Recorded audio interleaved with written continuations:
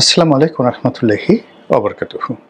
সম্মানিত দর্শক, রাজনীতিতে যে কি ভয়াবহ দুর্ভিক্ষ দেখা দিয়েছে তা আপনারা সবাই যার যার অবস্থান থেকে টের পাচ্ছেন। তবুও বলছি, আমাদের দেশে এই মুহূর্তে মব সংস্কৃতি, মব সন্ত্রাস যা কিছু হচ্ছে মবের নামে, এটি মূলত রাজনীতির দুর্ভিক্ষের কারণে। আপনারা জানেন যে রাজনীতির যে সংগঠন বা রাজনৈতিক দলগুলো, এটি সমাজের সবসময় কর্তৃত্বটা বজায় রাখে এবং প্রতিটি রাজনৈতিক দল তারা তাদের প্রভাব দ্বারা, রাজনৈতিক নীতি এবং আদর্শ দ্বারা অথবা সন্ত্রাস দ্বারা সবসময় সমাজের ভারসাম্য, রাষ্ট্রের ভারসাম্য রক্ষা করে। যখন এই ভারসাম্যটা থাকে না এবং কোনো রাজনৈতিক দল যখন রাষ্ট্র ক্ষমতায় এসে স্বৈরাচারী আচরণ করে, তখন তাদের মধ্য থেকে হিটলার তৈরি হয়ে যায়, তাদের মধ্য থেকেই মুসলিনী তৈরি হয়ে যায়, কিংবা অন্য কোনো স্বৈরাচারী শাসক দেশে এবং বিদেশে।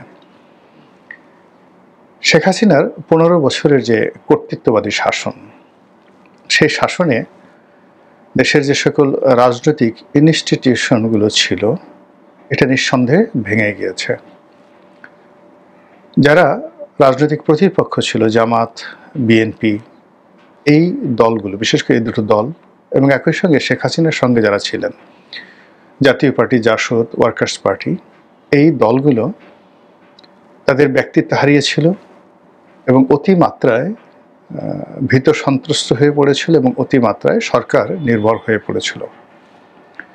ফলে কি হলো, রাজনীতির ময়দানে যে রব, কলরব থাকা দরকার, সেটি ছিল না। যেমন ধরুন 2012-13 সন পর্যন্ত বিএনপির যে ক্ষমতা ছিল, সেক্ষেত্রে বিএনপির একজন এমপি হন বা বিএনপির একজন শীর্ষ নেতা হন,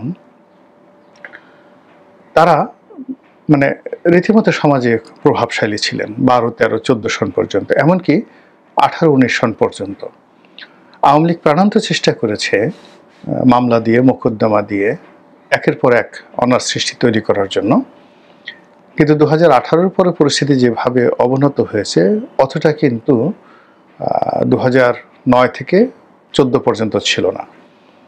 তো আওয়ামী লীগের যে কর্তৃত্ববাদী শাসন ব্যবস্থা, এটা 2009 থেকে 2014 পর্যন্ত যদি এটার নম্বর দেন 10, এটা ডবল হয়ে গেছিল 2014 থেকে 18, অর্থাৎ 20 হয়ে গিয়েছিল। আর 2018 থেকে 24 পর্যন্ত বা পতনের আগ পর্যন্ত এটা মানে ডিক্টেটরশিপ বা স্বৈরাচারী বা ফ্যাসিজম বলতে যা বোঝায়, এটার অলমোস্ট গ্রেডিংয়ে 60% গ্রেডিংয়ে তারা চলে গিয়েছিল। আর এই কাজগুলো যুগপৎভাবে হয়েছিল জামাতের কারণে, বিএনপির কারণে, আওয়ামী লীগের কারণে, পুলিশের কারণে, মিলিটারির কারণে, বিচার বিভাগের কারণে, এবং সবাই যার যার অবস্থান থেকে প্রথমত নিজেদের প্রতি জুলুম করেছে, আর দ্বিতীয়ত অপরের উপর জুলুম করেছে।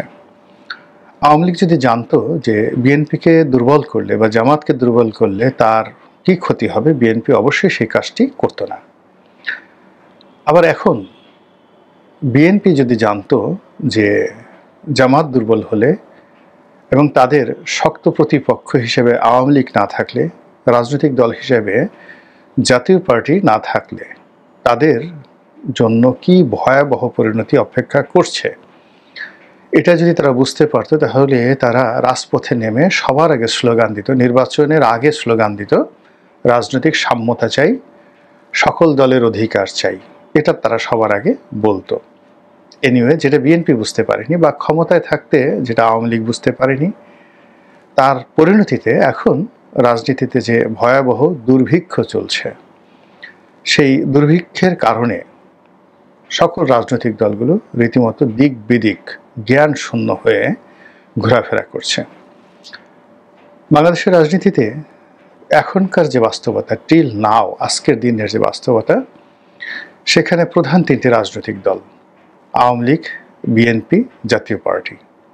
4 নম্বর রাজনৈতিক দল হলো যাকে বলা হয় জামাত। আর এনসিপিকে যদি আপনি রাজনৈতিক দল হিসেবে ধরেন, আপনার মতো ধরতে পারেন, কিন্তু ভোটের রাজনীতিতে তারা এখনও কোনো নম্বরের মধ্যে পড়েনি, কোনো নম্বরের মধ্যে পড়েনি। তাদের অবস্থান ধরুন গণ অধিকারের নুরুল হক নুরুর যে অবস্থান, কিংবা ধরুন ববি হাজ্জাজ, কিংবা ধরুন জুনায়েদ সাকি, এই পার্টিগুলোর যে অবস্থা, ঠিক ওইরকম একটি অবস্থায় তারা রয়েছে। এমনকি বাসদ কিংবা সিপিবি এই পর্যায়েতেও এনসিপি এখন পর্যন্ত যেতে পারেনি। কিন্তু রাজনীতির দুর্ভিক্ষের কারণে আমরা কি মনে করছি, আমরা জামাতকে ফুলিয়ে ফাঁপিয়ে একেবারে বিএনপি এবং আওয়ামী লীগের চাইতেও কয়েক গুণ বড় করে ফেলেছি।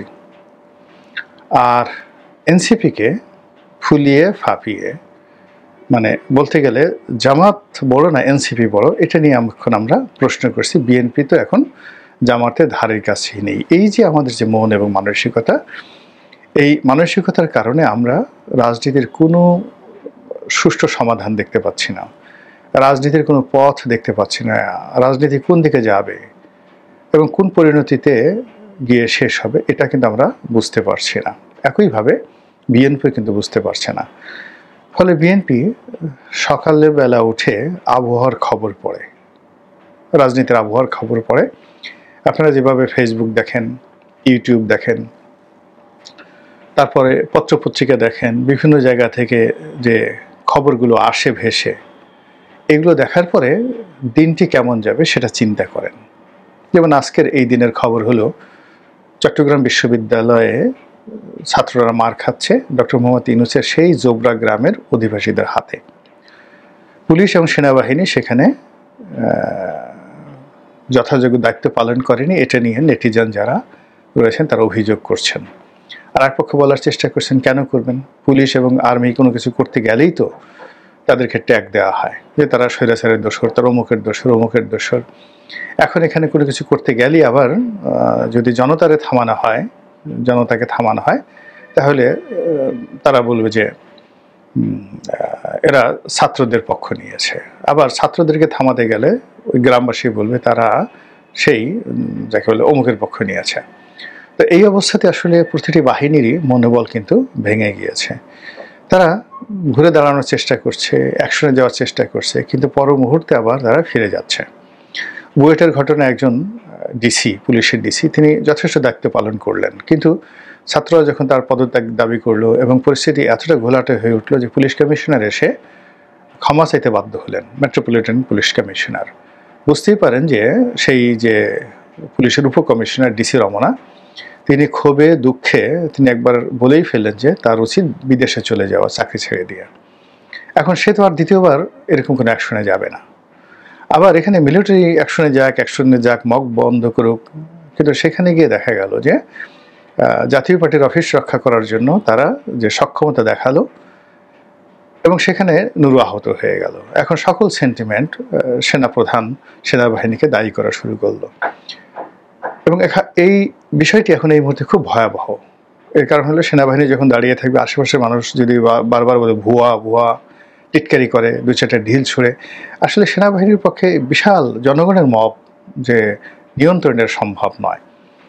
আমরা সেটা দেখেছি সেই গোপালগঞ্জে। এখন যে অবস্থাটা এখন চট্টগ্রামে হচ্ছে, সমস্ত জনগণের মধ্যে যে ক্ষোভটা ছড়িয়ে পড়েছে, এই ক্ষোভ দমন করতে গেলে সেখানে গুলি করতে হবে। এখন গোপালগঞ্জে শেখ হাসিনার লোককে গুলি করা হয়েছে, বঙ্গবন্ধুর লোককে গুলি করা হয়েছে, আওয়ামী লীগের লোককে গুলি করা হয়েছে, কিন্তু জোবরা গ্রাম তো ডক্টর মোহাম্মদ ইউনূস, তার গ্রামের একটা পাখি মারা গেলে এই মুহূর্তে কী ধরনের পরিস্থিতি হতে পারে সেনাবাহিনীর লোকজন জানে। তো তারা এখন কি করবে বলেন? তো এই যে একটা অবস্থা, এই অবস্থা আপনি আমি গতকাল কল্পনা করতে পারিনি।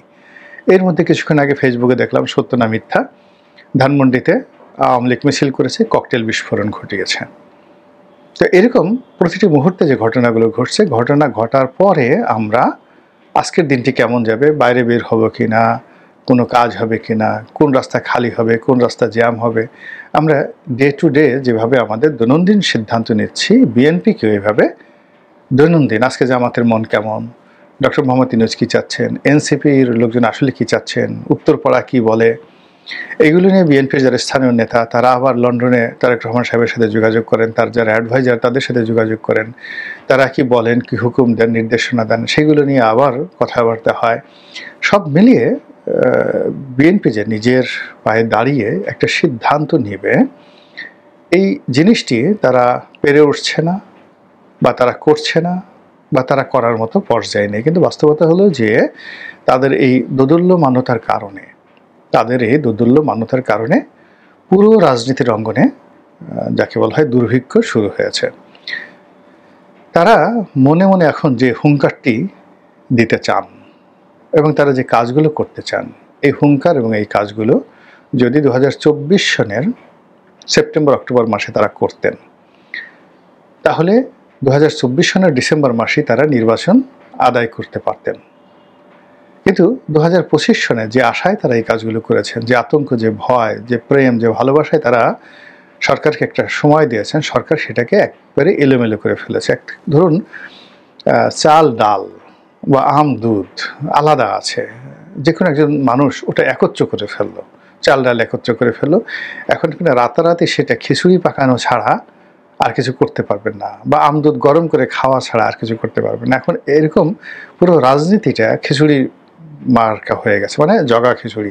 শুধু চাল ডাল নয়, আলু পটল থেকে শুরু করে উস্তা যা কিছু রয়েছে সকল তরি তরকারি সব একত্র হয়ে গেছে। এবং সেই একত্র হয়ে যাওয়ার কারণে জগা খিচুড়ির মধ্যে যে রাজনীতি পড়ছে, রাজনীতির কোনো গতি প্রকৃতি বোঝা যাচ্ছে না। রাজনীতির যে টেস্ট বা স্বাদ বা আহ্লাদ, এটাও নেই। রাজনীতির কোনো স্বপ্ন নেই। এখন যারা পূর্ণকালীন রাজনীতি করেন তাদের জন্য রাজনীতি রীতিমতো রাক্ষসে পরিণত হয়েছে। যারা এর মধ্যে পা দিয়েছেন, এখান থেকে তারা বেরোতে পারছেন না এবং তারা একটি শঙ্কা অনুভব করছেন যে এখন যে কোনো একটা বিপর্যয় যদি হয়, অর্থাৎ বিএনপি যদি ক্ষমতায় চলে আসে, জামাতের কি হবে? জামাত এনসিপি যদি ক্ষমতায় চলে আসে তাহলে বিএনপির কি হবে? মিলিটারি যদি ক্ষমতায় আসে তাহলে সবার কি অবস্থা হবে? আওয়ামী লীগ যদি ফিরে আসে কি হবে? যদি পুনর্বাসিত হয় কি হবে? ভারত ইন্টারভেন করলে কি হবে? পাকিস্তান ইন্টারভেন করলে কি হবে? এরকম নানা রকম ক্যালকুলেশন করতে গিয়ে বিএনপির যারা নেতৃবৃন্দ রয়েছেন তারা দৌড়াচ্ছেন, প্রচণ্ড বেগে দৌড়াচ্ছেন। কোথায়? কখনো জামাতের সঙ্গে, কখনো এনসিপির সঙ্গে, কখনো গণ অধিকার পরিষদের সঙ্গে, কখনো মামুনুল হকের কাছে যাচ্ছেন, কখনো হাটহাজারিতে ছুটছেন, কখনো চরমোনাই পীর সাহেবের কাছে যাচ্ছেন, তারপর আবার কখনো চরমোনাই পীর সাহেবের কাছ থেকে পাত্তা না পেয়ে তারা আবার শর্ষিনার পীর সাহেবের কাছে যাচ্ছেন। এরপর অন্যান্য ছোট ছোট যে সকল ইসলামিক সংগঠন রয়েছেন, দল রয়েছেন, তাদের সঙ্গে বৈঠক করছেন এবং সব কিছুর মধ্যে তাদের যে হতাশা ফুটে উঠছে, এখানে কোনো দৃঢ়তা ফুটে উঠছে না। তারা নর্মালি যেটি হয় সেটা হলো, আপনি যখন ম্যাগনেট হবেন, চুম্বক শক্তি হবেন, আকর্ষণীয় কোনো বস্তু হবেন, পঙ্গপালের মতো আপনাকে কেন্দ্র করে সবাই ঘুরবে, আপনার নমিনেশন চাইবে, আপনার কাছে যাইবে। যেমন রানী মৌমাছি। এখন রানী মৌমাছি এবং মৌচাক, তো সেই রানী মৌমাছি যদি আপনি তারেক রহমান সাহেবকে মনে করেন আর মৌচাক যদি বিএনপি অফিসকে মনে করেন, তাহলে সমস্ত মৌমাছি সেই রানী মৌমাছিকে কেন্দ্র করে ঘুরবে। কিন্তু রানী কখনো কারো দরবারে যায় না, কখনো কারো দরবারে যায় না। রাজা কখনো কারো কাছে যায় না, রাজ দরবারেই সবাই আসে এবং রাজার কাছে সবাই অনুগ্রহ চায়। রাজা যখন অন্য জায়গায় যায় তখন সে ভিক্ষুক হয়ে যায়, মুহূর্তের মধ্যে ভিক্ষুক হয়ে যায়, আর তখন সে রাজা থাকে না। এবং এটাই রাজার নীতি, মানে রাজার যে নীতি, রাজনীতি। অনেকে এটাকে নীতিরাজ বলেন। নো নো নো, রাজার যে নীতি, রাজনীতির ষষ্ঠ তৎপুরুষ সমাস। তো সেখানে বিএনপির যদি সেই ম্যাগনেটিক ক্ষমতা না থাকে, অর্থাৎ সূর্যের সবচেয়ে বড় শক্তি কি? উত্তাপ না, সূর্যের সবচেয়ে বড় শক্তি হলো তার যে ম্যাগনেটিক পাওয়ার, চৌম্বক শক্তি, সৌরচুম্বক বলা হয়। এই চৌম্বক শক্তির কারণে তার যে গ্রহ নক্ষত্র উপগ্রহগুলো সূর্যকে কেন্দ্র করে ঘুরছে, এই চৌম্বক শক্তির কারণে প্রতিটি গ্রহ নক্ষত্র উপগ্রহ একটা নিরাপদ দূরত্ব বজায় করে সূর্যকে কেন্দ্র করে চারিদিকে শুধু মুভ করছে। যদি সূর্য চুম্বক শক্তি হারিয়ে ফেলে, নক্ষত্র মণ্ডলগুলো মহাকাশ থেকে ছিটকে পড়বে। কেউ সূর্যের কাছাকাছি গিয়ে পুড়ে ছারখার হয়ে যাবে, কেউ সূর্য থেকে অনেক দূরে চলে গিয়ে কোনো ব্ল্যাক হোলের মধ্যে পড়বে, অথবা এমন দূরে চলে যাবে যেখানে আলো ছাড়া সেটা মুহূর্তের মধ্যে একটি বরফখণ্ডে পরিণত হয়ে যাবে। সূর্য সেই দিনই পতন ঘটবে সূর্যের, কিয়ামতের দিন, যখন সেই দিন তার চৌম্বক শক্তি হারাবে, এবং চৌম্বক শক্তি হারানোর সঙ্গে সঙ্গে তার ভিতরের যে ফিউশনগুলো হচ্ছে, সেখানে যেভাবে সৌরশক্তি উৎপন্ন হচ্ছে, সেখানে যেভাবে হিলিয়াম একটা উপাদান রয়েছে, সেই হিলিয়াম দিয়ে যেভাবে সেখানে প্রতি মুহূর্তে উত্তাপ তৈরি হচ্ছে, এটা বন্ধ হয়ে যাবে আর সূর্য মরে যাবে। একইভাবে চাঁদ, তার মূল শক্তি তার চৌম্বক শক্তি। পৃথিবী, তার মূল শক্তি চৌম্বক শক্তি। পৃথিবীর যদি চৌম্বক শক্তি হারিয়ে যায়, ওজন হারিয়ে পড়বে, এবং পৃথিবী কোথায় হারিয়ে যাবে তার কোনো ঠাঁই ঠিকানা নাই। সাগর, মহাসাগর, সমস্ত পানিগুলো চলে যাবে, সব কিছু চলে যাবে। এটার মূল ক্ষমতা হলো চৌম্বক শক্তি। তো সেই দিক থেকে বিএনপির যে পাওয়ার, ক্ষমতা, সেই চুম্বক শক্তিটা থাকতে হবে, এবং সেই চুম্বক শক্তিটা কি, কোথায় আছে, কি ভাব আছে, এটা বোঝা যাচ্ছে না। এখন বিএনপির তার নিজস্ব চুম্বক শক্তি দিয়ে সে কাউকে আকৃষ্ট করতে পারছে না, না সেনাবাহিনীকে, না ডক্টর মোহাম্মদ ইউনূসকে, না কাউকে, বরং অন্যের চুম্বক শক্তি দ্বারা সে আকৃষ্ট হয়ে সে বারবার ছুটে যাচ্ছে। এটা রাজনীতির দুর্ভিক্ষ। আর সেই রাজনীতির দুর্ভিক্ষ আগামী দিনে বিএনপির জন্য কি পরিণতি ডেকে নিয়ে আসে সেটি দেখার বিষয়। মহান আল্লাহ আমাদের সবাইকে হেদায়েত দান করুন এবং হেফাজত করুন। আসসালামু আলাইকুম ওয়া রাহমাতুল্লাহি ওয়া বারাকাতুহু।